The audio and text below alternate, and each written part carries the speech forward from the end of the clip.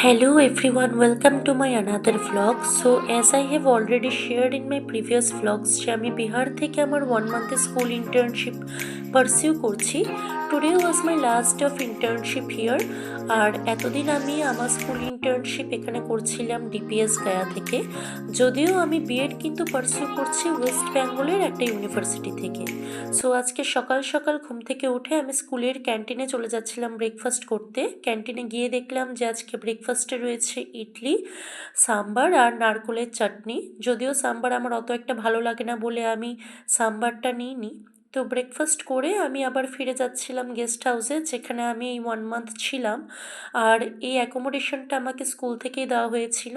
এখানে দেখো কত সুন্দর সাজানো গোছানো বেঞ্চ আর গ্রাউন্ড রয়েছে। আর এই যে সামনে দেখতে পাচ্ছ কালো রঙের বিল্ডিংটা, এটার ভেতরে কিন্তু রয়েছে বাস্কেটবল কোর্ট। ডিপিএস কেয়া থেকে আমার এই 1 month ইন্টার্নশিপটা কিন্তু ছিল একটা পেইড ইন্টার্নশিপ। আর at the end of my internship আমি কিন্তু ওদের থেকে পিআরটি ইংলিশ পজিশনের জন্য জব অফার লেটারও পেয়ে গেছি।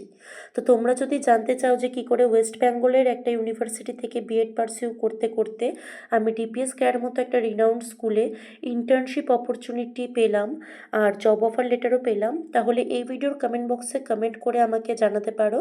আমি একটা সেপারেট ভিডিও বানাবো যেটায় আমি আমার জার্নিটা তোমাদের সবার সাথে শেয়ার করব। রুমে আমার ব্যাগ আর লাগেজ অলরেডি গুছিয়ে রেখেই আমি সকালে ক্যান্টিনে ব্রেকফাস্ট করতে গিয়েছিলাম। তো এখানে আমি আমার জিনিসপত্র নিয়ে স্কুল থেকে বেরিয়ে যাচ্ছিলাম, আর বেরিয়ে আমি একটা টোটো ভাড়া করে নিলাম রেল স্টেশনের জন্য। আজকে আমার গয়া টু হাওড়া বন্দে ভারত এক্সপ্রেস রয়েছে। স্টেশনে পৌঁছে দেখলাম যে অলরেডি প্ল্যাটফর্মে ট্রেন এসে দাঁড়িয়ে আছে, যদিও এখনও ট্রেন ছাড়তে কিন্তু অনেকটাই সময় বাকি ছিল। Vande Bharat Express is standing on platform number 1C.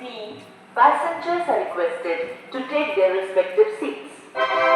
ফিরে যেতে যেতে এখন স্কুলের বাচ্চাদের কথা মনে করে আমার একটু নস্টালজিক ফিল হচ্ছিল, একটু খারাপ লাগছিল। জানি না আবার কখনো ওদের সাথে দেখা হবে কিনা, আর দেখা হলেও চিনতে পারবো কিনা।